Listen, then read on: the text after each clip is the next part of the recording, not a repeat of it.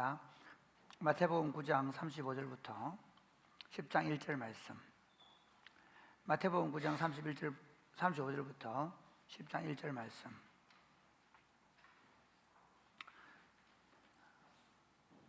서로 교도하시겠습니다. 오늘 보니까 잠을 안 자기 위해서 여러분들이 막 빼빼로라든지 사탕이라든지 이런 것들을 이용하는데 먹을 때는 좀 상납도 하고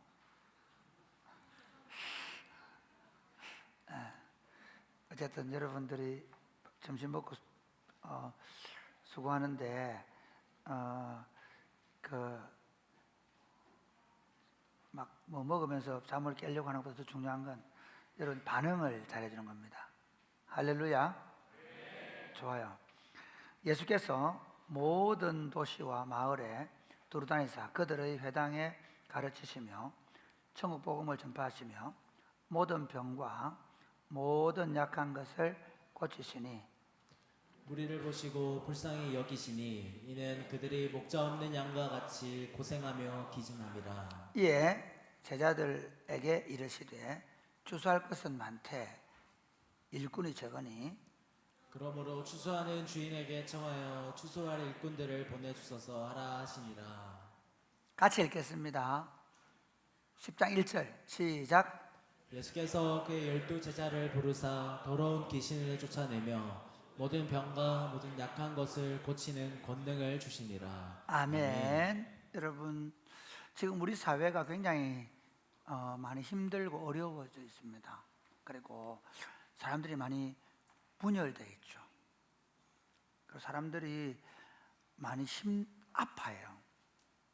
그리고 이렇게 세계적으로도 봐도 지금이 보면 계속 전쟁이 종식이 되는 게 아니라 계속 그 민족 간에 국가 간에 더 치열한 전쟁이 일어나고 있죠. 예를 처음에 우크라이나하고 러시아 전쟁이 시작됐는데 이제는 팔레스타인하고 이스라엘 그리고 나중에 이라크, 후티 반군, 레바논 그러다가 최근에는 또 뭐 조금 잠잠해지지만 태국하고 캄보디아 이러면서 점점 사람들이 서로 분쟁하고 나누어지는 다투고 갈등하는 일이 심해져 가요. 우리 사회는 어떨까요? 우리 사회가 뭐 이전에는 보면 이 신세대하고 기성세대 안에 갈등이라든지 노동자와 노사의 갈등 이런 게 심했거든요. 근데 요즘 우리는 어때요? 요즘 우리는 재밌는 건 여기 있는 우리 20대들도 그런가 모르겠네. 우리 목사님은 우파인가 좌파인가? 실제로 설교 들으면서 20대 아이들이 우리 목사님 지금 좌파 아니야? 이런 눈으로 본대. 그런 사람 있으면 나중에 조용히 내한테 찾아와. 저 우파인데요, 목사님 조금 좌파로 넘어가는 것 같은데 회심하시죠 이렇게. 어쨌든 사람들이 점점 나눠져가. 점점 타인을 적대시하고 악마화하고 파괴해야 될 대상, 척결의 대상, 없어져야 될 대상으로 만들어가고 있어요.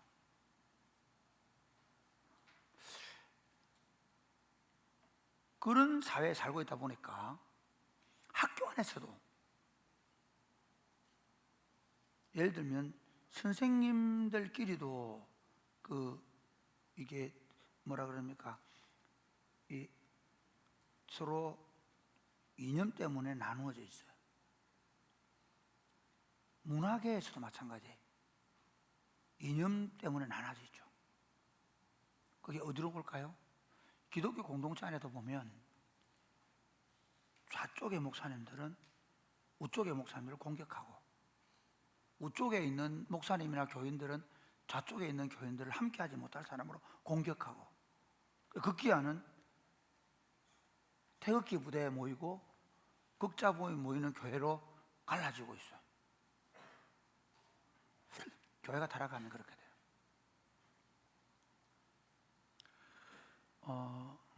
참 재밌는 건 제가 요즘 시오노 나나미가 쓴 십자군 이야기를 읽고 있는데 마지막 지금 상권을 읽고 있거든요. 5차식 십자군. 사실은 오늘 아침에 설교하러 어젯밤에 축구하고 빨리 자야 되는데 너무 재밌어가지고 너무 재밌어요.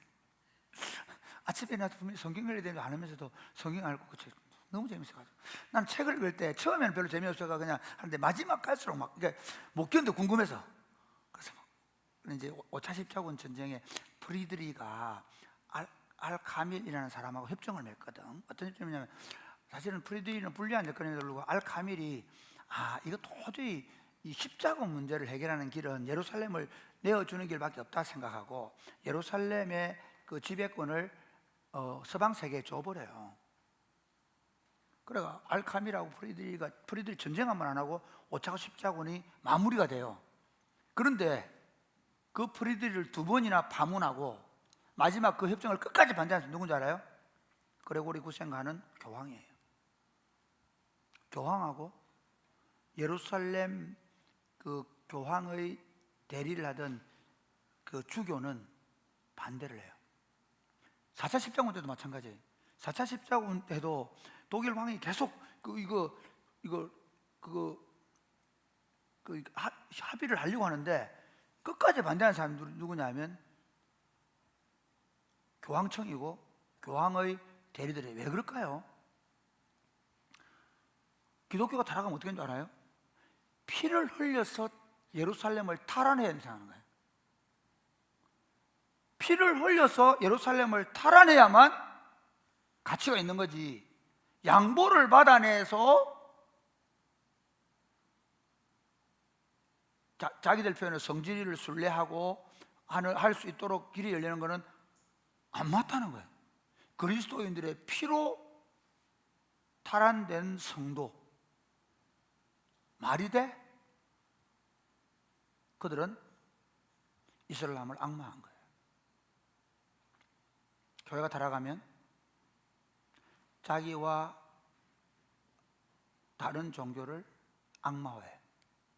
교회가 타락하면 심지어 자기가 생각하는 이념이 다른 사람을 악마화하고 척결의 대상으로 보는 거예요.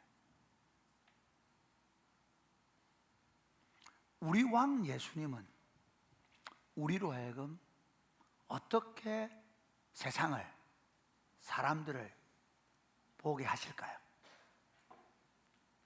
우리 왕 예수님은 당신의 교회가 세상을 어떻게 대하기를 원하실까요?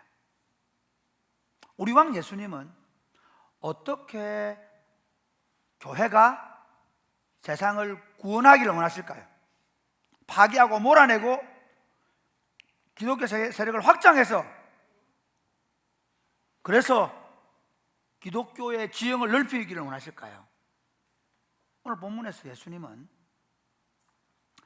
예수님께서 유대인의 왕으로 오셨고 궁극적으로는 우리들의 왕으로 오셔서 그 왕께서 어떤 나라를 원하시는지를 먼저 4장, 5장, 6장, 7장의 산상통에서 말씀하시고 첫 번째로 예수님의 사역을 모아놓으면서 그 왕이 어떤 분이신지를 그 사역으로 말씀하시는 마지막 결론 부분이에요. 우리는 몇 주 동안 우리들의 왕 예수님은 우리의 연약함을 짊어지시는 왕이시고 우리들의 왕 예수님은 의인들이 아니라 자신을 죄인이라고 고백하는 사람들을 친구로 삼으시고 그들을 그의 왕국에 불러들이셔서 잔치하시는 왕, 그 왕국에 죄인들이 불러서 잔치하는 왕국을 세우는 왕. 그리고 그 예수님은 모든 약한 자들과 귀신 들린 자들과 모든 그 흑암의 권세, 사망의 권세 아래 눌려 있는 자들을 치유해 주시고 생명수가 넘치는 생명력이 넘치는 왕국을 세우는 왕으로 지금까지 말씀 보여주고 계시는데, 그 왕에서 하시는 마지막 사역의 결론, 그러면 어떻게 그 일을 하셨는가 하면 가르치시고 복음을 전파하시고 그리고 치유하는 사역을 통해 하셨다라고 하면서, 그분이 그 사역을 마치시면서 그분의 마음, 그분의 눈이 뭐냐면 예수님께서 무리를 보시고 불쌍히 여기시니 그는 그들이 목자 잃은 양과 같기 때문이다라고 말씀하세요. 예수님의 1차, 그러니까 이건 무조건 뭐 이게 첫 번째 순서로 됐다는 얘기는 아니지만 어쨌든 예수님이 우리 왕이시다, 그분은 이런 사역을 통해서 자신이 이런 왕이심을 자기를 계시하셨다라고 하면서 그 마지막에 예수님이 보여주는 장면은 뭐냐면 자기 백성 때문에 너무 마음 아파하시는, 개역 성경에는 민망하게 생각하세요. 그들의 형편이 너무 안타까워서 민망해 하시는 예수님을 우리에게 보여주세요. 오늘 우리 시대에 예수님 하늘과 땅의 모든 권세를 가지시고 교회를 통해 지금 세상을 통치하고 계신데, 그 예수님께서 바라보시는 세상과 그 예수님이 바라보는 눈과 오늘 한국 교회가 바라보는 눈이 같은가? 교회는 깊이 고민해 봐야 돼요. 혹시 예수님은 지금 이 시대의 젊은이들, 청소년들 문제, 그리고 보수와 진보, 좌파와 우파 그 갈등 속에서 서로 나누어지고 찍혀있고, 그리고 철저하게 개인주의로, 그래서 자기중심적인 삶을 살아내고 있는 이 사람들을 향해, 그리고 그것 때문에 외롭고 고독하고 우울해져 있고 사회적으로 철저하게 나뉘어져서 살아가는 이들을 향한 예수님의 마음, 목자 잃은 양처럼 기진해 있고 피폐해 있는 자들을 향한 긍휼의 마음을 오늘 본문을 통해 볼 수 있는 거예요. 그래서 오늘 제가 설교 제목을 이렇게 했어요. 자기 백성을 한번 읽어볼까요? 설교 제목 시작. 자기 백성을 보시고 불쌍히 여기시는 예수님. 자기 백성을 보시고 불쌍히 여기시는 예수님. 오늘 이 설교를 들으면서 여러분들이 눈을 보셔야 돼요. 누구 눈을요? 예수님 눈을. 이 설교의 핵심은 자기 백성을 보시고 긍휼에 불타는 눈을 가지신 예수님을 계시해 주고 있는 거예요. 그래서 여러분이 이 설교를 들으면서 계속 어디에 초점을 맞추셔야 돼요? 자기 백성을 긍휼히 여기시는 눈으로 불쌍히 여기고 있는 그 눈을 보셔야 되는 거예요. 그러면 첫 번째로 예수님은 왜 자기 백성을 불쌍히 여기시는가? 왜 예수님은 자기 백성을 보시고 불쌍히 여기십니까? 왜 그럴까요? 46절 한번 보실래요? 같이 시작. 무리를 보시고 불쌍히 여기시니 이는 그들이 목자 없는 양과 같이 고생하며 기진함이라. 무리를 보시고 불쌍히 여기셨다. 왜? 이는 그들이 목자 없는 양같이 고생하며 기진한다. 이 표현 잘 보세요. 예수님이 왜 먼저 그 유대 민족들을 보는 거예요? 유대 민중들을 보는 거예요. 유대 민족들을 이제 만나시면서 그들이 너무 불쌍한 거야. 왜? 목자 잃은 양. 이게 중요합니다. 여러분, 우리나라는 농업국가가 돼가지고 목축을 잘 모르잖아요. 그런데 성경에서 하나님과 자기 백성을 목자와 양의 관계로 많이 설명해 놨어요. 시편 23편의 대표적인데, 여호와는 나의 목자시니 내가 부족함이 없다, 이렇게 얘기했잖아요. 그 다음에 예수님께서도 나는 양의 목자다. 왜 그랬나고 하면요, 양은 기본적으로 전투 능력이 없어요. 목사님, 양이 뿔이 있잖아요, 이렇게 얘기하는 분들은 정말 너무 잘 보는 거예요. 사실은 기본적으로 양은 뭐가 없다고요? 전투 능력이 없어요. 양이나 늑대나 일이나 사자나 곰이 그냥 탁 물려들면 무슨 발이 빠르기를 하나, 영양처럼. 그런 뭐 들염소들처럼 막 바위 위를 타고 가가지고 그런 거 많이 보죠. 그런 거 안 보나? 그 보면 막 이렇게 짐승들이 막 잡으러 오는데 그 산양들 있잖아. 보면 바위 위에 딱 서가지고 여기 딱 서 있고 막 잡으려고 하고 막 그런 거 안 보나? 안 봐. 양은 그런 능력이 없어. 자기를 보호하려는 게 하나도 없어. 비둔하고 느리고, 거기다가 양은 결정적인 흠이 있어. 눈이 나빠. 그러니까 양은 앞에 있는 다른 양의 궁둥이를 보고 따라가는 거야. 그래서 양을 치는 목자는 어떻게 하면 그 제일 크고 튼실한 양을 하나 만들어. 대장양을. 그 대장양이 좋아야 돼. 대장양을 만들어 놓고 그 대장양이 이렇게 목자를 따라가잖아. 그러면 걸마들은 어디를 보고냐? 앞에 있는 놈 궁둥이를 보고 따라가는 거야. 이렇게. 이해가 되지? 그리고 우리가 살고 있는 동네는 어디나 가도 풀이 많잖아. 근데 이스라엘 상황은 달라. 나는 이스라엘 양들이 어떻게 사는지 모르겠어. 왜냐하면 가보면 다 광야거든. 그런데 보면 한 번씩 이렇게 쭉 베두인들이 목동들이 양 데리고 나고 보면 어디로 데려가지고 그런 생각이 든단 말이야. 이해가 되지? 그러니까 목자는 양에게 풀을 먹기 위해서 수백 킬로, 수십 킬로를 걸어가. 근데 그걸 따라가서 먹는단 말이야. 그러니까 왜 지금 여기 기진하고, 이해가 되죠? 그 목자 이런 양처럼 기진했다. 고생한다. 양은 기본적으로 목자가 없으면 생명을 잃게 돼 있고, 그렇지 않더라도 굶주리게 돼 있어. 이 얘기를 예수님이 자기 백성들을 보고 하시는 거예요. 1차적으로 유대인들은 그 당시 어떤 상황에 있었냐면요, 유대인들 상황이 정치적으로, 사회적으로, 경제적으로 그랬어요. BC 586년에 유대 나라가 망하면서 바벨론, 그 다음에 그리스, 그 다음에 바벨론과 페르시아, 그리스, 로마, 이 네 개의 나라에 독립한 적이 마카비 혁명이라는 짧은 시간들 외에는 거의 다가 독립국가를 이루어 본 적이 없어요. 독립국가를 이루지 못하다는 말은 무엇이냐면요, 정복자들이 와서 가장 먼저 하는 게 뭐냐면 세금을 수탈해 가요. 자기들의 도시는 그 당시 로마 시티는 일하지 않아요.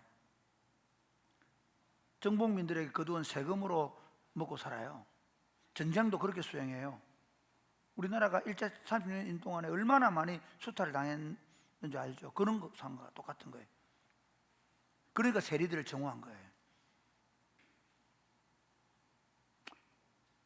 뿐만 아니라 그들은 종교국가였는데요. 그럼 그 종교인들은 어땠냐면요, 사두개인 얘기죠. 사두개인들은 로마에 아부를 하고 그 성전을 자기들이 소유하고 있으면서 백성들이 그 성전에서 제사를 드리는데 대표적인 케이스가 뭐냐면 반드시 양들과 재물들은 다 성전에 사게 만들고 그걸 비싼 값으로 재물을 사서 제사를 드려야 되는 거예요. 그래서 그들은요, 그 사두개인들은 다 갈리나 유대 변방에 엄청난 영지를 가지고 있는 부자들이었어요. 백성들은 수탈당해요. 또 그 제사장들로부터, 레위인들로부터, 그 사두개파로부터 또 수탈당해. 종교적으로. 거기다가 그 민중들을 지배하던 또 같은 일신교나 같은 제사 영역에서는 사두개인들이고요, 말씀을 가르치던 서기관과 바리새인들은 어떻게 하냐, 구전된 율법을 가지고 백성들을 옥죄했어요. 안식일 날은 이런 거 하면 안 되고, 이런 거 하면 안 되고, 이런 거 하면 안 되고, 이런 거 하면 안 되고, 이런 거 하면 안 되고, 이렇게 해야 되고, 이렇게 해야 되고 하면서 백성들이 그 율법주의에 꼼짝을 못했어요. 그런 상황 가운데 있는 유대 백성들을 보시는 예수님의 마음이 수탈당하고, 그래서 기진하고 힘을 잃고 있는 그 백성들을 본 거죠. 그러면 그거를 그 예수님이 그 당시에 보았던 유대 민중뿐만 아니라 천지를 창조하시고 사람을 만드신 그 하나님의 입장에서 봤을 때 유대 민족만 그랬겠어요? 아니에요. 모든 사람들이 죄로 말미암아 하나님을 떠나 있을 때 당하는 결과예요. 예수님 오셨을 때 그 마태복음 1장 21절에 보면 그 가브리엘 천사가 요셉에게 이렇게 얘기해요. 그 이름을 예수라고 하라. 이는 자기 백성을 그들의 죄에서 구원할 자다. 이게 어떤 의미인가 하면요, 자기 백성들이 죄 때문에 그렇게 목자 잃은 양이 되고, 그래서 어떻게 해요? 사망의 짐을 지고 그러면서 멸망의 길을 걸어가면서 피폐하게 살아간다는 거예요. 예수님께서 그런 인생들을 불쌍히 보시는 거죠. 근본적으로 예수님이 왜 십자가를 져야 됩니까? 그건 그 백성들을 그 죄로 말미암아 목자를 떠나서 목자가 우리를 버린 게 아니라 우리가 목자를 떠나서 각기 제 길로 간 거예요. 우리가 마음대로 간 거예요. 근데 우리 마음대로 가면 갈수록 여러분 마찬가지예요. 여러분 마음대로 살면 살수록 여러분이 행복해지는 게 아니라 피폐해집니다. 여러분이 하나님의 말씀을 떠나서 좀 자유롭게 살아보겠다, 아니요. 하나님의 말씀을 떠나서 내가 하고 싶은 대로 가면 갈수록 외로워지는 거예요. 여러분, 내 하고 싶은 대로 하면 내 친구가 있을 수 있겠어요? 없어요? 없어요. 하고 싶은 대로 하는데 누가 친구가 되죠? 자기 만족을 추구하면 추구할수록 그 친구가 더 자유로워질 거 아니에요. 자기 만족을 예를 들어 성이나 또는 어떤 다른 쾌락을 도구로 사용해서 더 만족을 추구하면 추구할수록 어떻게 될까요? 극단적으로 가면요, 그거 없으면 못 사는 거예요. 그 성의 만족이 없으면 못 사는 거예요. 그 마약이 없으면 못 사는 거예요. 그렇게 살아가는 인생들인 거예요. 사람들이. 돈 마찬가지. 그거 추구하면서 그거 없으면 죽을 것 같이 그거 먹어야 된다고, 그거 가야 된다고 하면서 사람들은 어떻게 돼요?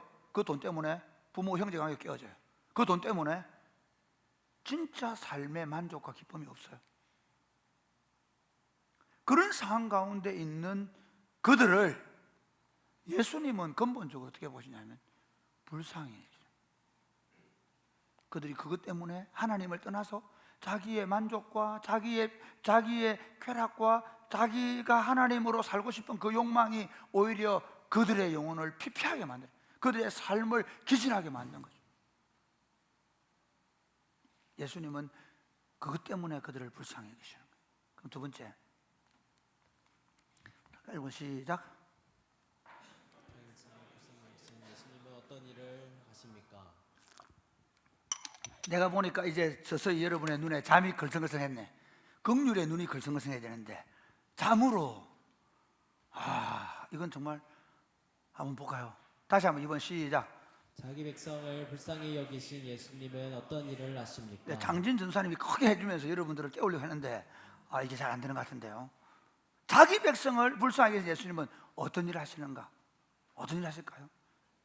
이런 거예요. 자, 예수님이 우리를 불쌍히 여기셔서 하신 일이 뭐냐? 궁극적으로 하는 일이 뭐냐면요, 하나님 나라를 보여주시고, 그리고 그 하나님 나라에 들여 넣으시고 그 하나님 나라를 함께 세워가도록 하시는 거예요. 그러니까 우리가 예수님이 우리를 불쌍하다고 한 끼 먹을 걸 주시거나, 아니면 예수님 우리를 불쌍하다고 내가 원하는 그걸 채우고, 종종 사람들은 교회 와서 뭘 원해요? 자기가 기도하는 그거 기를 바라요. 자기가 지금 당장 원하는 그거 가지기를 바라요. 아니에요. 예수님이 그 백성을 불쌍히 여기시는 이유는 뭐냐면요, 그 왕국 안으로 들이는 거예요. 잃어버린 에덴으로. 제가 지난주 설교했죠. 에덴에 뭐라고요? 각종 온갖 종류의 나무들을 통해서, 그렇죠? 그 다음에 거기 생명나무라고 얘기했잖아요. 그러니까 예수님이 우리를 그 생명나무의 나라, 그 생명의 나라, 영생을 주셔서 그 왕국으로 들여놓는 거예요. 그 왕국으로 들여놓는 방법이 뭐냐면, 오늘 이제 제가 얘기하는 게 뭐냐면, 예수님이 그들을 가르치시고 그들에게 복음을 선포하시고 그들을 고치시는 사역을 하셨다는 거예요. 그 당시로 얘기하면요 이런 거죠. 예수님의 가르침 보면 당시에 제가 바리새인들은 어떻게 가르쳤어요? 당시의 바리새인들은요 그들이 사실은 그 구전된 율법을 가지고 정말 예수님이 하나님이 그들에게 주고 싶은 하나님의 말씀이 아니라 철저하게 율법주의를 가지고 그들을 얽어매는 가르침이었단 말이에요. 우리가 그 산상수훈을 공부하면 그런 얘기했죠. 예를 들면 이런 거죠. 모세가 이혼 정서 주면 전대가 해가지고 어떻게 해요? 자기가 여자하고 이혼하고 싶으면 어떻게 한다 그랬어요? 이혼 정서 줘보는 거예요. 그러면 그 여자는 어떻게 할까요? 그냥 당장 가난으로 떨어져 버려요. 그런데 예수님 이렇게 얘기하죠. 이혼하지 말아야 되는 게 하나님께서 원하시는 건 뭐라고요? 부부가 된 두 사람은 나뉘어질 수 없다라고 말을 해요. 그게 하나님이 결혼 제도를 통해 만든 거라는 거죠. 그 다음에 간음하지 말아라고 했는데 예수님 뭐라고 얘기하죠? 여자를 음욕을 보고 여자를 성적인 눈으로 계속 보면서 탐하면 그건 간음이다 얘기해요. 그게 자유함이 없는 거예요. 자매를 자매로 봐야 되는데 자꾸 그런 눈으로 보는 형제도 없겠지. 예를 들면 이런 거죠. 살인하지 말아라 그랬는데 예수님은 이렇게 얘기해요. 야, 형제를 향해서 나가라고 형제를 향해서 미워하고 욕하고 그러면 살인한 거라 그래요. 그게 예수님의 완전한 율법이라 그러죠. 예수님의 가르침은 우리로 하여금 그 왕국에서 누리는 참 쉼을 얻는 방법이에요. 그러니까 진정한 쉼은 뭐예요? 미워하고 질투하고 저쪽을 죽여서 얻는 나라가 아니라 어떻게 예수님의 가르침은 뭐죠? 악한 자를 대적하지 않는 거죠. 억지로 오리 가자 심리 가주는 거예요. 기쁘게 속고 가고 싶으면 그도까지 다 줘버리는 거예요. 그 가르침을 통해서 당신의 왕국의 백성들이 누리는 진정한 진리 안에서 누리는 자유, 해방을 경험하게 하는 거예요. 그리고 예수님은 복음을 선포하시라고 하죠. 이 복음 선포는 어떤 의미가 있냐면요 이런 거예요. 예수님이 전한 복음은요 왕이 오셨다는 거예요. 승리의 왕이 오셨다는 거예요. 마치 이렇게 상대방하고 전쟁을 하고 있는데 거기 그 승리가 보장된 왕이 거기 임한. 그러면 지금 전쟁을 하고 있는 성 안에 있는 사람들은요 엄청나게 환호를 하고, 야 드디어 왕이 오셨다. 우리는 이제 이길 것이다. 그게 예수님이 지금 전한 복음, 왕이 임했다는 거예요. 그런데 우리는 어떤 복음을 가지고 있냐면요 그 복음보다 훨씬 더 진전된 복음에 그 왕이 오셔서 죄와 어떻게 그 죄를 자신이 온전히 짊어지시고 속량의 제물이 되어 주심으로 말미암아 사탄을 이기셨다는 거예요. 할렐루야. 죄로 우리로 하여금 왕이신 하나님을 떠나 우리 영혼이 피폐하고 고통할 수밖에 없는 삶으로 나락으로 떨어지게 마귀가 만들어놨는데 예수님께서 우리의 죄의 모든 그 죄의 짐을 예수님이 다 지시고 죄의 값을 지불하기 위해서 친히 십자가에 위해서 저주를 받으심으로 죄의 값을 지불하셔서 더 이상 마귀가 죄로 우리를 다스릴 수 없는, 누구든지 예수 그리스도를 받아들이기만 하면 그 왕국에서 진정한 자유를 얻게 되는, 그뿐만 아니라 이제는 그 예수 그리스도로 말미암아 하늘로부터 위로부터 생명을 얻은 영생을 얻었고, 그리고 그리스도께서 부활하신 것처럼 우리도 영광스러운 몸으로 부활하게 된다라는, 예수님이 승리하셨다. 그 왕이 하늘과 땅의 모든 권세를 가지시고 이제 십자가와 부활의 복음으로 우리를 건져내기 위해 오셨다 하는 것이 우리가 가진 복음이에요. 그걸 예수님이 선포하시면, 내가 왔다, 내가 너희를 건지러 왔다, 내가 너희를 구원해 줄 것이다, 그걸 지금 말씀하고 다니는 거죠. 그리고 그 왕국이 임했다는 사실을 직접 눈으로 보여주는 게 뭐예요? 귀신을 쫓아내는 거예요. 질병을 치유해 주는 거예요. 그 왕이 생명의 왕이잖아요. 그분이 우리에게 영생을 주는 분이잖아요. 그래서 그걸 눈으로 보여주기 위해서 그들의 질병을 치유하시고 악한 영혼들을 쫓아내시는 일을 하셨다. 왜?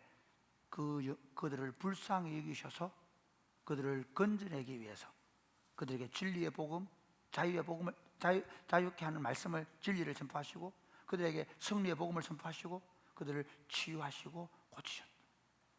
그 두 번째, 그들을 불쌍히 여기신 예수님은 어떻게 일하셨는? 두 번째, 제자들을 세우는 사역을 하셨다. 지금 마태복음 9장 이제 10장 1절부터는 예수님께서 두 번째 강화가 나오는데요. 이 성경을 열어보시면 이렇게 되어 있습니다. 성경은 이 마태복음은요, 자 보세요. 1장부터 3장까지 내용은 예수님이 태어나서 어떻게 왕으로 취임하시는가 세례 받으시고 그 다음에 그 왕으로서 사단과의 영적인 전투를 그 시험을 받으시면서 왕으로서 인정을 받으시는 그 장면이 마태복음 4장까지 나와요. 그 왕이 이제 5장부터 말씀하시는 게 산에 말씀하시는 게 5장 7장까지 나오죠. 8장부터 9장까지는 또 뭐 그 왕께서 자기 나라 그 왕권을 가지고 어떻게 사역하시는 게 나와요. 10장부터는 또 뭐가 나오냐면 이게 나와요. 다시 예수님이 이 두 번째는 제자들을 세우셔서 그 제자들을 파송하시면서 말씀하시는 말씀이 나와요. 예수님의 사역을 보면 예수님이 자기가 왕으로서 그 왕적 권위를 가지고 그 불쌍한 영혼들을 건져내는 일을 하시면서 실제로는 이 사역을 계속해 나갈 제자들을 세우시는 거예요. 10장 1절 한번 보실까요? 10장 1절 시작.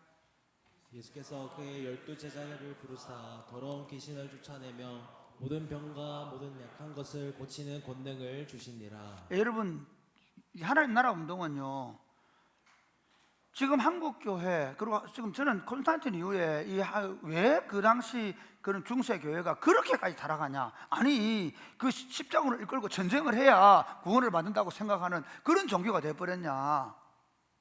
왜 그 캐톨릭하고 기독교가 수십 년간 전쟁을 해야 되는 그런 적용이 되어버렸냐? 뭐가 문제인 줄 아세요? 제자가 아니라 예배당의 교인들을 끌어모아서 그래요. 예수님 운동의 변질은 예배당의 교인이 몇 명 모이느냐라고 말하면서 시작된 거예요. 예수님은 그 불쌍하고 피폐한 영혼들을 건져내기 위해서 어떻게 하시는가 하면 제자들을 부르시는 거예요. 그 제자들은 어떤 제자들인가 하면요, 예수님이 하셨던 것은 여기는 그냥 귀신을 쫓아내고 질병을 치유하는 권능을 이렇게 되어 있는데 실제로 정확하게 표현하면 이래 가르치고 복음을 전파하고 그리고 질병을 치유하고 귀신을 쫓아내는 권능을 주시는 거예요. 거기 어디 나와요? 마태복음 28장에 보면 예수님이 마지막 하늘 올라가시면서 뭐라고? 너희는 가서 모든 족속을 뭐로 삼아라? 제자를 삼아라. 할렐루야. 네, 너희는 가서 모든 족속을 제자를 삼아라. 그리고 어떻게 하라고? 내가 분부한 모든 것을 그렇게 가르쳐라. 그리고 그걸 지키게 해라. 이해가 되시죠? 그래서 여러분, 우리가 이 지금 피폐하고 사람들이 이렇게 막 갈라져 있고 이 10대들, 20대들 이런 문제 많고 철저하게 고독하고 외롭고 스스로 죽어가면서도 그 무덤에서 안 나오려고 하는 이 세대를 하나님이, 예수님이 하늘과 땅의 모든 권세를 가진 그분이 이 세대를 구원하기 위해서 누구를 쓰시는가 하면 제자들이에요. 사실 오늘 교회들이 세상의 구원에 관심이 없어요. 좀 안타까운 얘기예요. 저도 처음 교회 나갈 때는요, 내가 예수 믿고 천국 가면 되지 무슨. 내가 예수 믿고 천국 가는 교회. 기독교가 내가 예수 믿고 천국 가는 종교가 되어버렸단 말이에요. 예수님이 만든 건, 예수님이 만든 하나님 나라 운동은 내가 예수 믿고 천국 가는 종교가 아니란 말이에요. 내가 예수를 믿고 그분의 제자가 되어 그 나라에 들어와서 아직도 그 나라 밖에 있는 예수님의 백성들, 하나님의 백성들을 불쌍히 여기고 예수님처럼 그들에게 말씀을 가르치고 그들에게 복음을 선포하고 그들을 치료하고 회복시켜서 다시 그 왕국에 들여오게 하고. 할렐루야. 그 운동에. 그래서 우리가 정말 세상을 불쌍히 여기고 예수님께서 말씀하신 그 세상을 향한 그런 애타는 마음은 첫 번째로 내가 예수님처럼 살아가는 거예요. 그러니까 우리가 뭐 예수 믿고 뭐 여러분은 조금 다르긴 해요. 그러나 지금 일반적으로 한국 기독교회가 어떻게 하냐면 예수 믿고 뭐 기도 잘해가지고 기도 열심히 해가지고 돈도 좀 많이 벌고 예수 믿고 심지어 우리 아가 좋은 대학도 가고 그런 게 자랑이에요. 바보같이. 예수님이 세상을 구원해 불쌍히 여기서 세상을 구원하기 위해서 나를 부르셨단 말이에요. 우리가 그 그리스도의 방식으로 세상을 가르치고 복음을 선포하고 그들을 치유하고 회복하는. 여러분 이제 행복 모임 선포 준비한다고 얘기하는데 그럼 우리끼리 모여가 재미있게 가는. 여러분 그러니까 우리의 마음이 어디로 가야 되냐면요, 이번 가을에 우리가 러닝 모임도 하고 독서 모임도 하고 뭐 여러 모임들을 해서 친구들을 만나게 될 텐데 어떻게 하면 그들을 예수님처럼 그 피폐한 영혼들을 건져내어서 그 이 왕국에 들여놓을까 하는 거예요.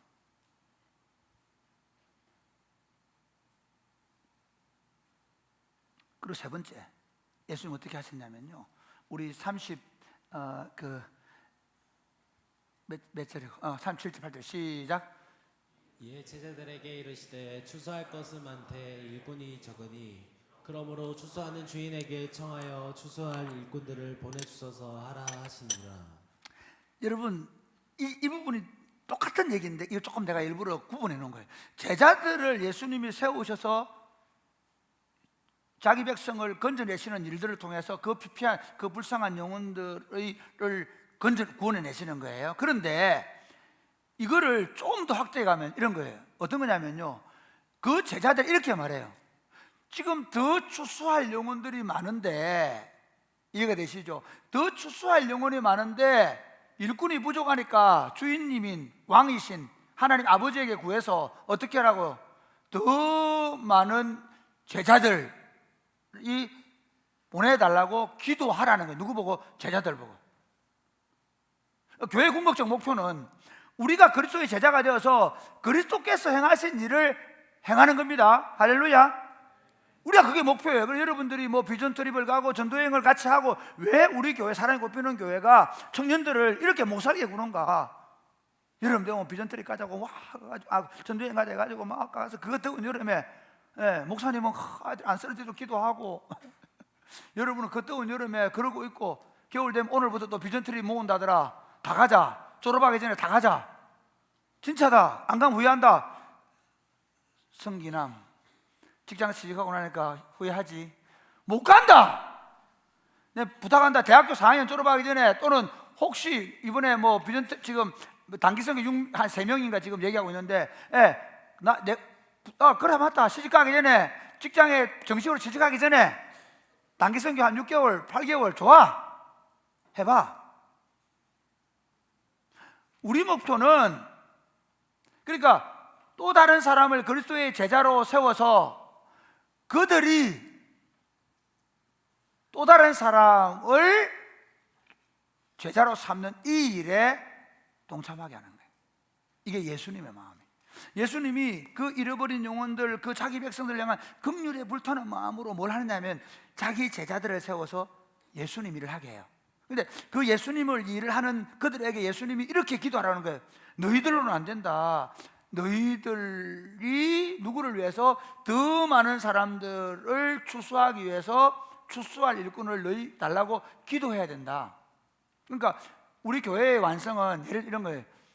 제 목회의 완성은 뭔지 아세요? 제 목회의 완성은 우리 서우성 목사가 나가서 어떻게 다른 사람을 세우고 그 제자가 또 다른 사람을 세우고 있는 모습을 볼 때 사랑이 꼽히는 교회는 사역을 잘하고 있는 거예요.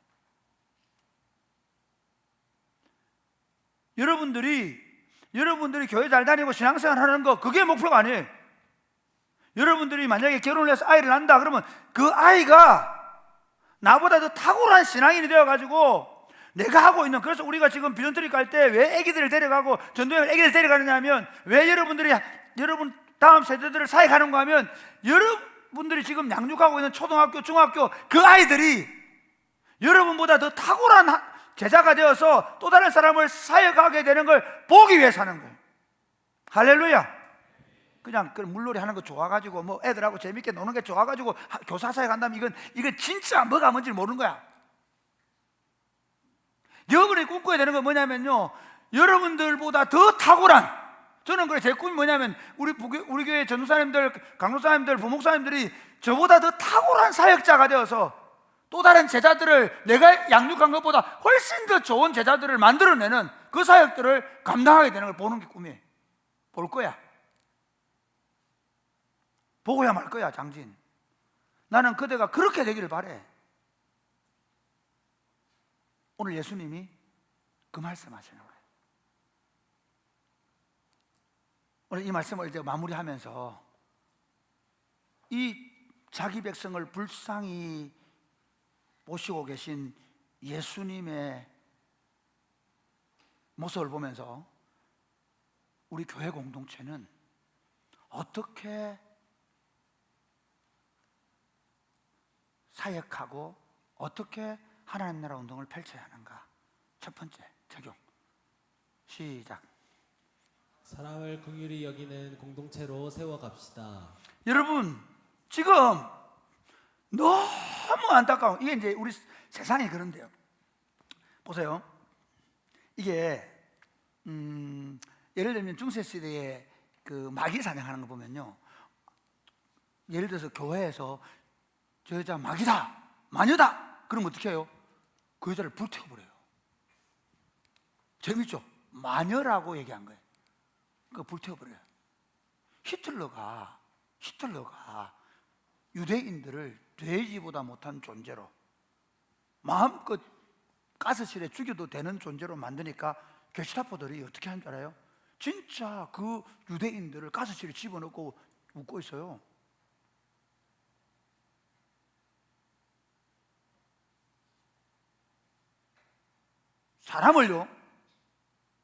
사람을 안 봐요. 지금 특별히 오늘 우리 시대에 사람을 어떻게 보냐? 돈으로 봐요. 그렇죠? 그래서 그 사람들이 노동자로서 얼마나 내한테 돈을 벌어줄 건가? 아니면 장사하는 사람들은 저 사람들에게 물건을 받아 얼마나 돈을 벌 것인가? 돈으로 봐요. 그렇다 보니까 돈 때문에 사람이 죽거나 사람이 다치거나 심지어 사람에게 해를 가해서라도 뭘 돈을 가지면 되는 거예요. 재밌잖아요. 여러분, 저 정선이나 이런 데 가면 뭡니까? 이렇게 마침고 하고 있잖아요. 이제 사람들을 그 유혹해. 그리고 그 사람이 거기 가서 돈을 수십억 잃고 자살하고 가정이 파괴되고, 그래도 그 일을 계속해. 왜요? 그 사람들은 사람들을 뭘로 봐요? 돈으로 봐요. 오늘날 기독교회는요, 사람을 좌파로 봐요, 우파로 봐요. 사람을 안 봐요. 따라해볼까요? 사람을 하나님의 형상으로 지음받은 사람으로 봐야 합니다. 할렐루야. 우리 눈이 열려야 돼요. 사람을, 창세기 1장과 2장에 보세요. 사람을 하나님의 형상으로 지음을 받은 거예요. 그가 유대인이든 그가 이슬람을 믿든 그가 좌파든 우파든 공산주의자든 물질주의 자본주의자든 그가 쾌락주의자든, 그건 사람이 하나님의 형상으로 지음받은 사람. 이게 어떤 의미인지 아세요? 저희 집에 어제 우리 예준이네 아이가 왔어요. 우리 예준이네 집에 제일 예쁜 애가 누군지 아세요? 혹시 여러분도 신지연 이렇게 말하는 사람들은 이게 정신이 없는 겁니다.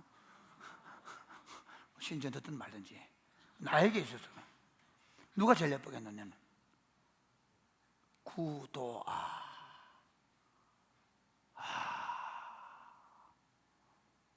하늘에서 내려온 것 같아.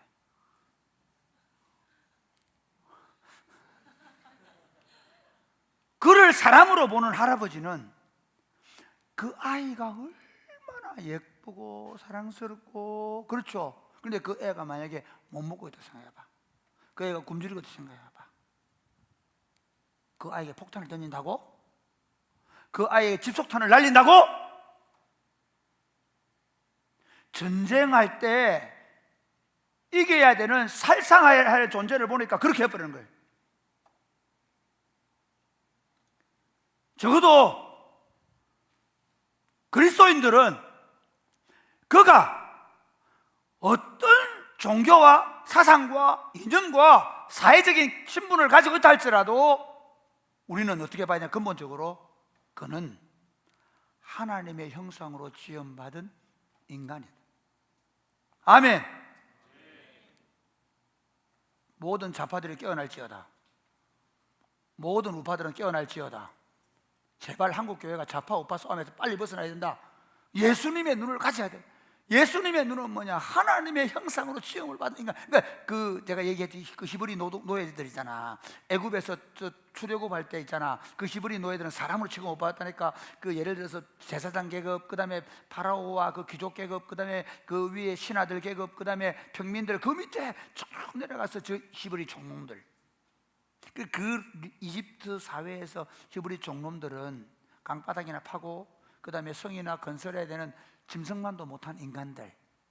근데 예수님은, 하나님은 뭐라고? 우리가 우리의 형상대로 사람을 누가 그 사람이다.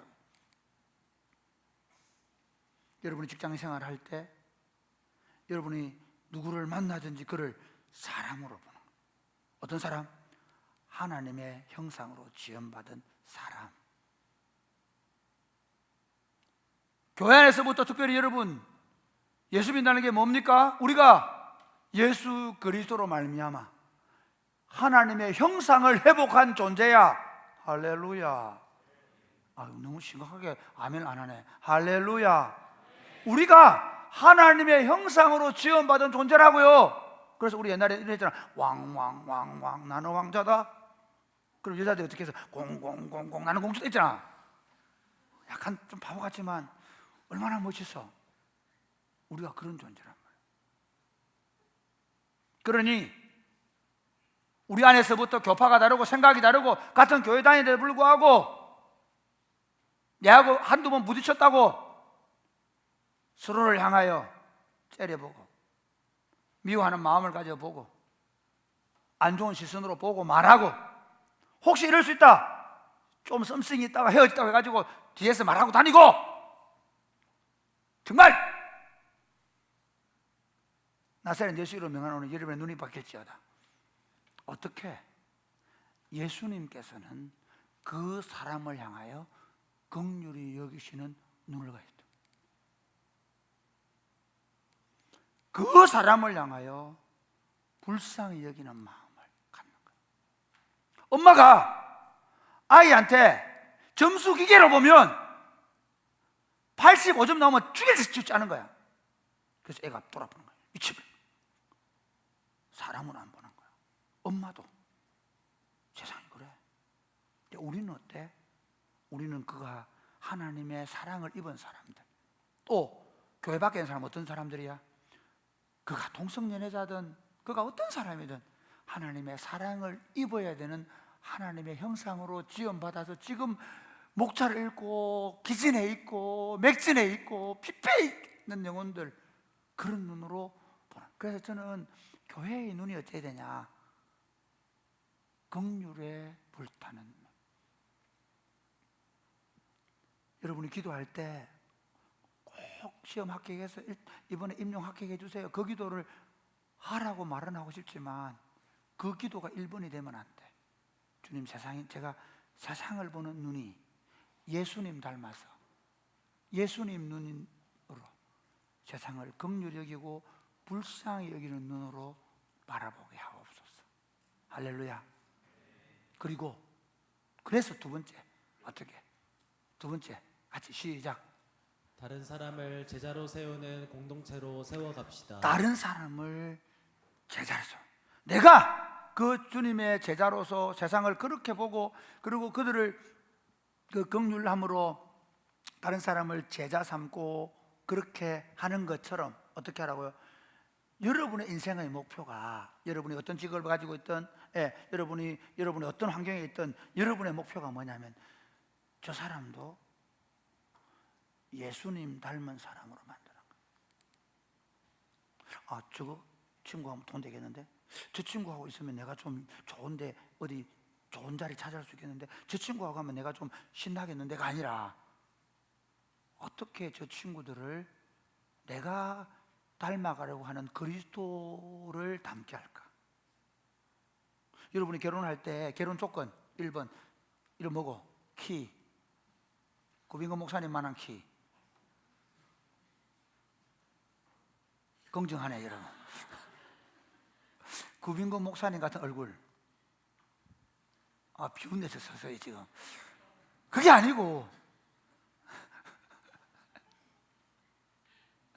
여러분이 배우자를 결정할 때 어떻게 결정해야 돼? 우리가 결혼해서 어떻게 다른 사람들을 그리스도의 제자로 세울 수 있는 가정을 세울 수 있는 거예요. 그녀의 미모, 그 남자의 재력이 아니라 어떻게 그가 그리스도의 제자로 살고 있고 또 다른 사람을 그리스도의 제자로 세우는가 봐야 돼. 비전 트리 가서 봐야 돼. 전도여행 가서 봐야 돼. 그거 안 하는 친구들은 물론 직장에 바빠서 못하는 친구는 어쩔 수 없지만 삶 가운데 그가 돈만 추구하는지, 그러니까 좋은 차 타고 와가지고 타 이런 친구 만나면 안 돼. 알겠지? 박혜정이라고 있는데 그녀는 내가 대학교 3학년 때 결혼했는데 그거 아니야. 갑자기 이상하게 흘러가네. 또 다른 사람을 그리스도의 제자로 세워서 그 예수님의 긍휼의 사역을 어떻게 또 다른 사람을 세워가는. 그리고 세 번째가 똑같아. 세 번째 볼까요? 시작. 제자들이 또 다른 사람을 제자로 세워 하나님 나라의 추수가 계속되는 공동체. 디모데후서 2장 1절 한번 볼까요? 디모데후서 1장 2절. 디모데후서 2장 1절 2절. 자, 시작. 내 아들아, 그러므로 너는 그리스도 예수 안에 있는 은혜 가운데서 여기 보면 내 아들하고 하는데 바울이 디모데를 내 아들이라고, 영적인 아들이에요. 이해가 됩니까? 바울은 디모데의 서성이고 디모데는 바울의 제자죠. 그러면 영적인 아들로 봐요. 그 아들을 이렇게 가요. 2절 또 시작. 또 네가 많은 증인 앞에서 내게 들은 말을 충성된 사람들에게. 나는 누구냐면 내 바울이 너에게 부탁했다는, 많은 증인들 내가 너에게 부탁한 이 일을 너는 어떻게 충성된 제자들을 세워라. 이해가 됩니까? 요까지는 이해되죠. 근데 그 더 중요한 게 있어요. 그 다음 뭐라고 해요? 그들이 또 다른 사람을 뭐 한다? 가르친다. 또 다른 사람을 세운다. 그러니까 우리 운동은 어떻게 되냐면 여러분들이, 저는 청년들을 사역하면서 여러분들이 목표가 아니에요. 여러분들이 결혼을 하고 여러분이 가정을 세워서 여러분 자녀들이 또 다른 사람을 제자로 삼는 사역에 헌신시키기 위해 지금 사역하고 있는 거예요. 내가 만약에 더 큰 교회, 더 큰 예배당에서 더 큰 성도, 더 많은 성도들을 모아서 목회하려고 하면 여기 안 있습니다. 근데 저는 감사하게도 20살 때 또는 그 이전에 만났던 유하민이는 태어날 때부터 봤다니까, 거의. 그래서 이 애가 지금 언제 결혼할지 모르지만, 결혼 대상은 누군지 모르겠지만 내가 반드시 기대하는 건 뭐냐면 유하민이가 나중에 결혼해서 그 부부가 함께 제자로 세우는, 그 아들들이 또 다른 사람 제자로 세우는 걸 보고 내가 은퇴하고 싶어. 할렐루야. 왜 갑자기 왜 분위기가 어수선해지노? 그럼 유하민이 아무 결혼 안 한다고? 뭐 이상한 분위기 흘러가노? 수습 안 되는데. 말씀을 맺겠습니다. 사랑하는 여러분, 예수님의 눈을 갖는 것보다 사실 아름다운 인생이 없습니다. 사람을 돈으로 보기 시작하고 사람을 이용해서 권력을 더 획득하기 있는 수단으로 보기 시작하고 사람의 쾌락의 도구로 보기 시작하면 사실은 그 인생도 망가지고 그 사람 때문에 수많은 사람들이 더 피폐해지고 망가지고 있습니다. 그게 지금 세상입니다. 예수님 오신 이유는 뭐냐면요, 바로 그 피폐한 영혼들을 돌려놓는 거예요. 그들을 불쌍히 여기셔서 그들을 다시 그리스도의 형상으로 빚어서 처음 삼위 하나님의 형상을 닮았던 사람으로 회복시켜 놓는 거예요. 그 왕국에서 참된 안식과 평안을 얻는 삶을 허락하시기 위해서 십자가를 지시고 친히 우리의 죄를 담당해 주셨습니다. 사랑하는 교회 여러분, 이제부터 여러분이 교회로 살아가면서 여러분이 늘 세상을 불쌍히 여기시는 자기 백성들을, 자기 백성 되어야 될 사람들을 향하여 긍휼히 여기시고 불쌍히 여기시는 예수님의 눈을 갖게 해달라고 기도하는 여러분 되시기를 바랍니다.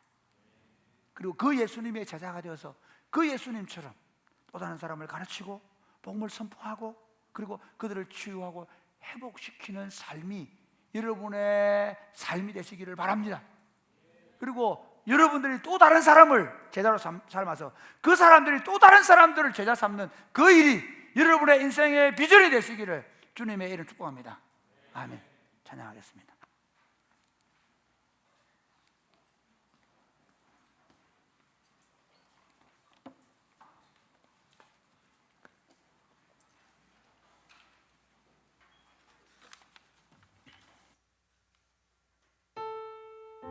자, 일어나 찬양할까요? 오늘 지금 나가면 안 됩니다. 우리 공동회 할 거니까 화장실 가자. 빨리 갔다 와.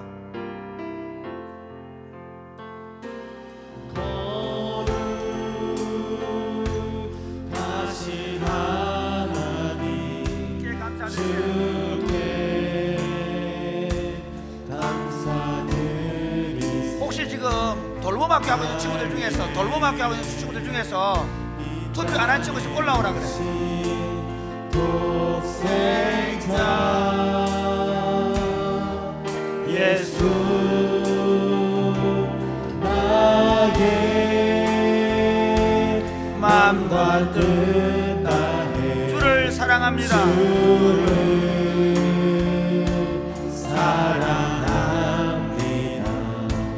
날 위해 이 땅에 오신 독생자 예수 내가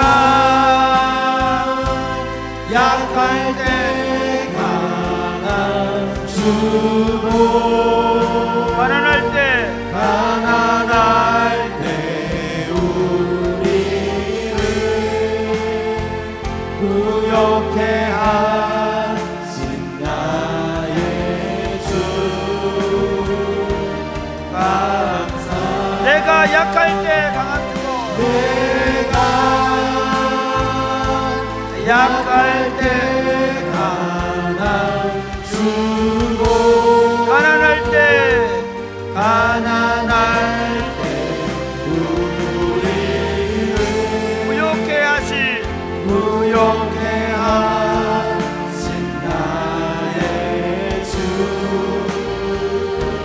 감사 다시 한 번 더 거룩하신 거룩하신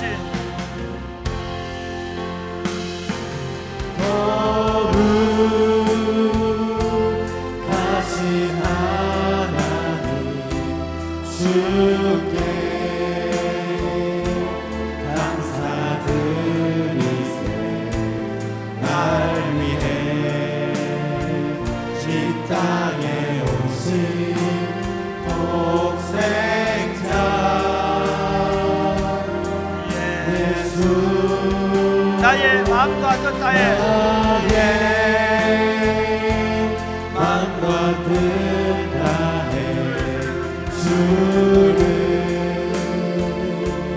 사랑합니다. 날 위해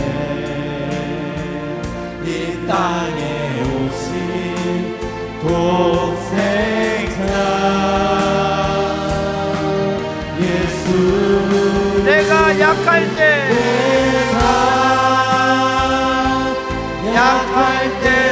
강한 주고 가난할 때 우리를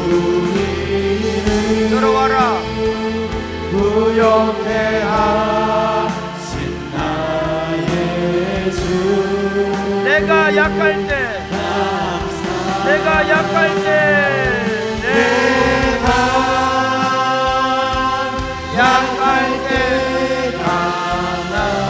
주고 가난할 때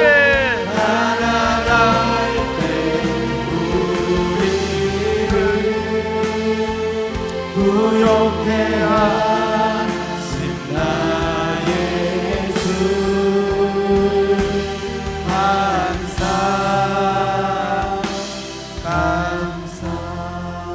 사랑하는 여러분, 저도 예수님을 조금씩 배워가고 있습니다. 이번 주 설교하면서 정말 제 마음에 파고들었던 게 예수님의 눈입니다. 자기 백성을 향해 긍휼히 여기시며 그 걸성한 눈물을 가지신 예수님, 자기 백성들의 그 피폐해져 있고 기진해 있는 그 상황을 너무 마음 아파하시며 민망해 하시는 예수님, 오늘 그것과 우리 한국교회 기독교인들이 가지고 있는 눈, 또 우리 자신들이 가지고 있는 눈과 너무 비교된다는 생각이 듭니다. 이렇게 기도하겠습니다. 주님, 저도 사람을 긍휼히 여기는 눈을 갖게 하여 주옵소서. 그리고 그들을 건져내기 위해서 그리스도처럼 말씀을 가르치고 복음을 선포하고 그들을 치료하는 일을 계속하게 하여 주옵소서. 뿐만 아니라 그들을 그리스도의 제자로 세워 또 다른 사람을 건져내는 그 일에 내 인생을 걸고 내가 직업이 무엇이든 어떤 일을 하든 거기에 내 삶을 걸고 살게 하여 주옵소서. 기도하겠습니다. 주여, 주여,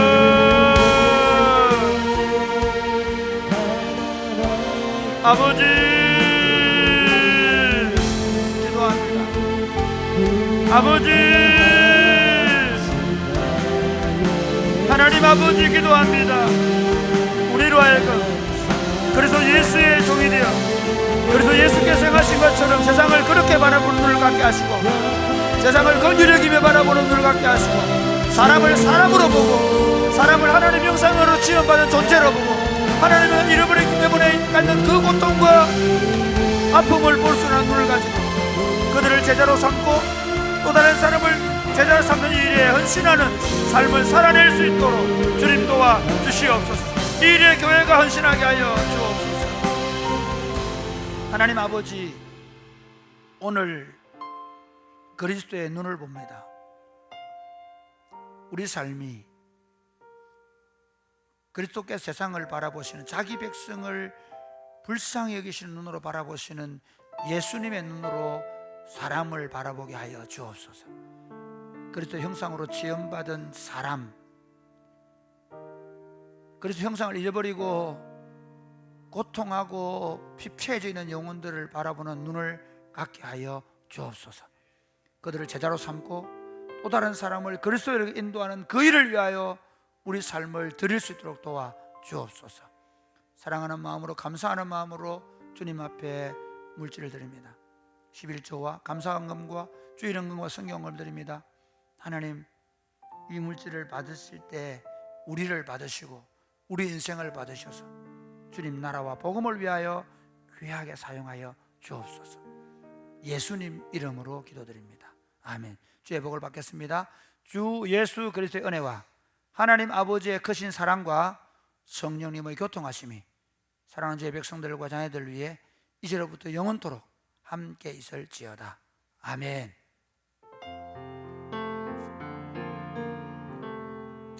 자, 그 위에 영상 띄워놓고 내려오세요. 위에까지 올라가지 못합니다. 위에 영상하는 친구들 다 내려오세요. 자, 이제 공동회 하는데요. 어떻게 하느냐면 집사, 권사, 취임 세 분